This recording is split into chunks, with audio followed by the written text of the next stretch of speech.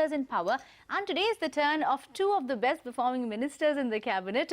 First up, Power and Coal Minister Piyush Goyal, and second up, Railways Minister Suresh. While Goyal has been instrumental in creating a new dawn for the debt-trapped state power distribution companies and turning around a behemoth like Coal India, Prabhu is trying his best to turn around a behemoth like the Indian Railways now. Listen in.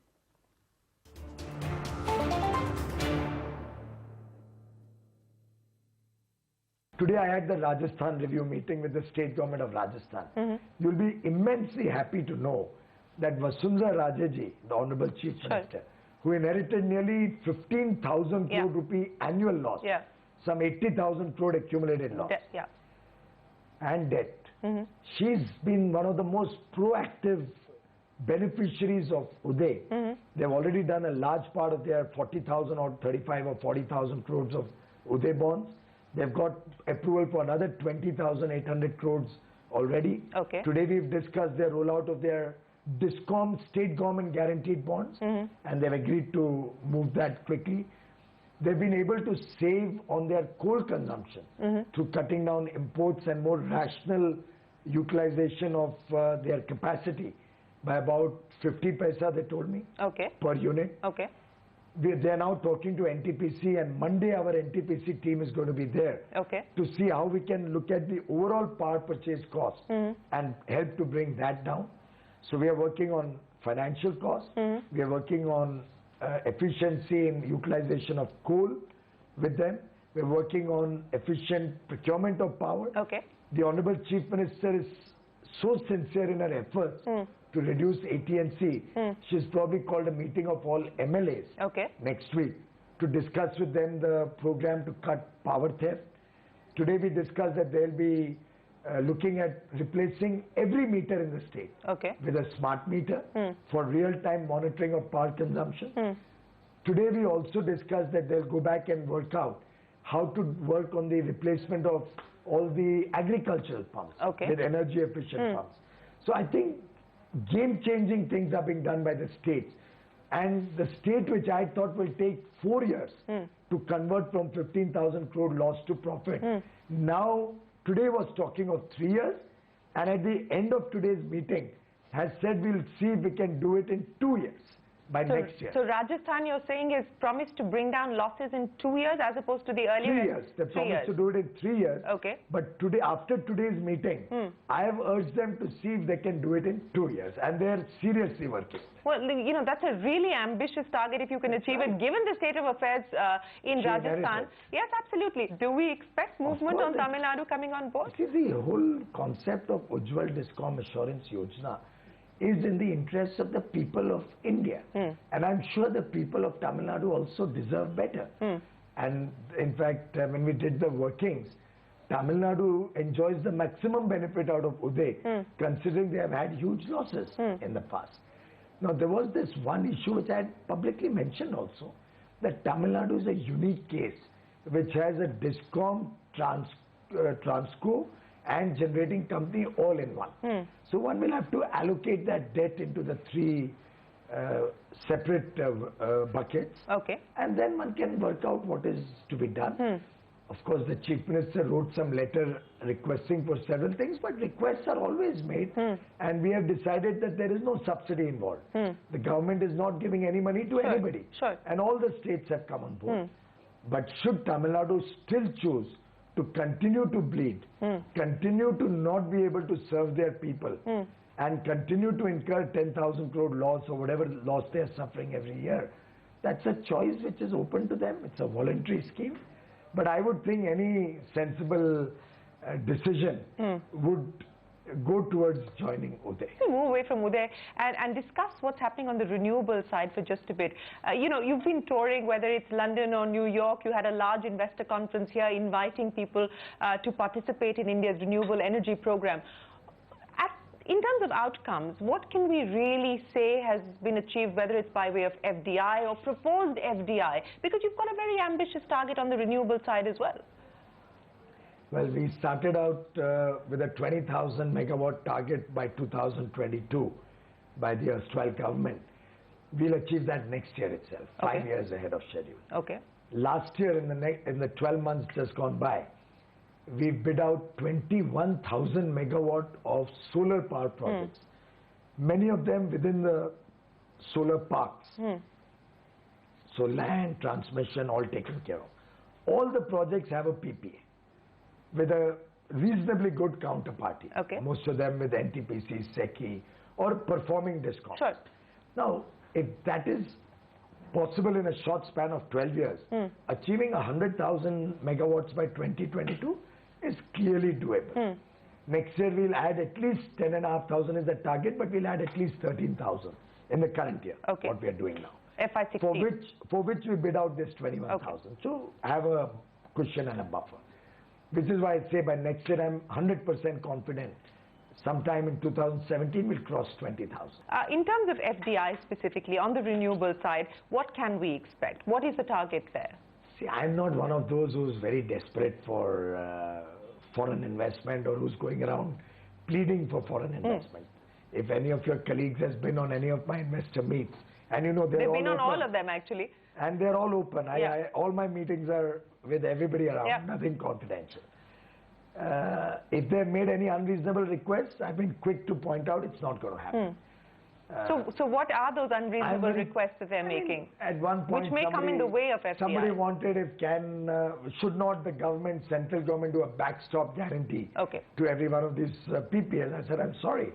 You want a sovereign guaranteed bond to be issued? I'll issue that. I'll take the money and I'll enjoy it at very, very low rates and do it myself. So if you're taking you want a reward, you better take a risk.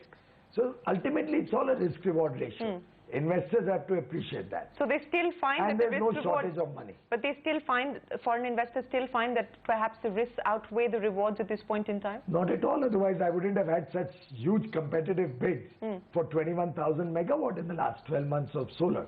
I wouldn't have had wind guys now talking to me that, hey, bring us also into the reverse auction, the reverse bidding process. They've realized that the strength of that lies in costs becoming competitive, suppliers also becoming competitive. After all, with a cost-plus regime, inefficiency tends to set in. But in a pure competitive regime where everybody has equal opportunity, I think that's the best way in India's interest. Let me ask you about solar, sir, because this got everyone excited today when you said that Mr. Kant has given the recommendations for solar manufacturing and how do you incentivize more manufacturing of solar panels in the country. You spoke about subsidies, which is what got the markets excited. What should we expect on that front? What I'm proposing is that, of course, it's yet to be finalized and then put up to the cabinet. And we'll need, of course, finances approval. But now with the increased coal cess, I'm quite confident that we'll get that. We'll have enough funding to be able to take care of that. The idea is that India will have to be self-sufficient in our requirement also for the solar equipment. And in fact, one very large investor who's committed to doing 20 gigawatts, 20,000 megawatts. In one of my first meetings with him in India, had mentioned that unless you manufacture it in India, you'll never get it cheap because there's so many dimensions of logistics, transport and all of that. He was of the opinion India should look at manufacturing in a big way. I'm hoping that we'll be able to develop at least 10 gigawatt integrated manufacturing capacity. Right from the silica, wafers and chips and modules and cells and everything. And what we'll do is we'll bid these projects out. We'll talk to the states who are willing to participate and encourage investment, who want investment to come to their state. I've asked them to look at a dimension on the lines what I told you earlier. Can we guarantee power? It's a power guzzling industry. Can we guarantee power at a fixed price or at a reasonably fixed price indexed to something with land and all other enablers so that these people can come and do plug-and-play manufacturing? Dollar-denominated tariffs is again something that... This is more about manufacturing. And I'm then going to bid out these projects. So companies around the world and in India can look at expanding or coming up and setting greenfield projects and bring manufacturing to India. We are also seeing how to package it with some sort of an assured business for 5 or 7 years, which will encourage more people to manufacture. So when do you take this to cabinet, sir? How soon? I've still got to get finance approval. So I've still got to make up my own mind the contours. I do things slowly. I like to get into every aspect. And all the details. want to make sure it's a fair process. There's no unreasonable benefits to anybody. And ultimately, I want to make sure all of this leads to India's people benefiting.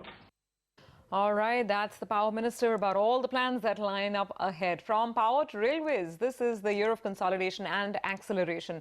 That's the word coming in from the Minister in charge, Suresh Prabhu, who struck a confident note in an exclusive interview with Shireen Bhan. Prabhu says that the railways will ramp up spending this year and could in fact even cross the budget estimates. Prabhu also promises an exponential rise in capital expansion over the next 5 years. I am saying the next year will be better than this year. Okay. The year after next will be far, far better. In fact, I just gave this figure to Rajya Sabha the other day. In next 3 years' time, the amount of money that we will be spending on buying material, steel, cement and other stuff, will be few lakh crores. For example, we just gave our biggest order ever to the wagon manufacturers. Now, the wagon manufacturer order is only in our books. They in turn will buy steel. They in turn will create employment. We are going to lay tracks, as I said, at 19 kilometers a day over a period of time, would mean that that much steel will be necessary. That much concrete sleepers will be necessary. That kind of cement will be necessary. So you can imagine the exponential growth that is going to happen in the year. So this year was a break from the past. This year was the beginning of a process. This year is a confidence building measure. This year was a capacity building measure. And this year is the beginning. The journey has begun, long way to go. I think in next year we'll be spending more than what we estimated, 1,21,000 crore for sure. You'll be spending more. How much more do you believe you'll need to spend, sir? 1,21,000 crore is something I have budgeted in my budget, yes. but I think it will be definitely more than that. But also I must remind you, sometimes this point is lost. The capital expenditure is from the railways. Budget itself is not a capital expenditure railway is going to incur. This comes from various factors. For example, now the high-speed railway, 1 lakh crore project, which will start 2023 is a commissioning date. So in the next 2-3 years, we'll see a substantial capex to be incurred on that. Dedicated freight corridor, tenders have been issued. So the capex that will really happen in the next year will be phenomenally high, 85,000 crore project. Then the diesel and electric locomotive manufacturing projects in Bihar, 40,000 crores. So all of that add up to, then we started the station development. And first, luckily, first tender has been issued in Bhopal, Habibganj. That itself will now bring in the new investment opportunity. Like in Surat, 17 or 18 companies are bidding for it. So it all is put together. There will be capital expenditure coming from different streams, not just from one budgetary resource alone. So all of that put together, I'm very sure what we had estimated for 5 years capex plan will probably be more over the 5 years period. Maharashtra, the 16 states, as you know, agreed with us that they will sign, they will work with a joint venture with us. Now, of this, some state like Maharashtra, we already identified project worth 70 to 80,000 crore, including Mumbai. Now, this project also will go for implementation. Now, how do you get money for that? So, one is the debt equity ratio has to be decided. Suppose it is 1:3:1. In that case, we put in 25%, 12% by Maharashtra government, 12% by us. The remaining 75% has to come from some source. So that can also come from multilateral agencies, either bilaterally or through this fund that we are thinking of creating as a World Bank. That fund can invest into this project. Then look at some of the PPP projects, which are for the railways. Benefit is going to come to the railways.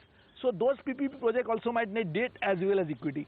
So those investment also come from this fund. So the nature of the fund will undergo a little bit of a change, not only for government spent projects, but projects for railways, either implemented by railways themselves, through joint venture companies with state governments, or through our public sector undertakings, which is one of the important strategies for us, or as a PPP project. Okay, that's an interesting idea. I want to pick up on the status as far as freight corridors are concerned, because this is what got a lot of people excited, and everybody is talking about the implications of these additional freight corridors that you announced in the railway budget, sir. Where do things currently stand? How soon can we expect forward movement? You, of course, already articulated the capex plan that would be required for this to get off the ground. You know, we have some tentative work started. I don't think this project will be started this year. It is not possible. But the necessary work to make it happen in the next few years' time will be started this year substantially. Because this is, a lot of planning is required. But this is a very critical backbone infrastructure necessary for many things to happen. IRCTC, sir, you know, when we first did our interview when you took over, you talked about the possibility of an eventual listing, for instance, of the IRCTC, and you asked the question, why can't that be something that we work towards? Where do you think I think we will have to, over a period of time, list all the companies. And I will just give one, if you give me 1 or 2 minutes. If we spend this huge capex only departmentally, there is no valuation benefit that comes to the railways. But just imagine we use some of the PSUs like RVNL or IRCON, and they actually incur the capital expenditure. Because of the volume going up, also the bottom line improving, the valuation of those companies will improve considerably. So if you divest part of their equity, once the valuation has increased considerably, the benefit of that will come to you in a very substantial way.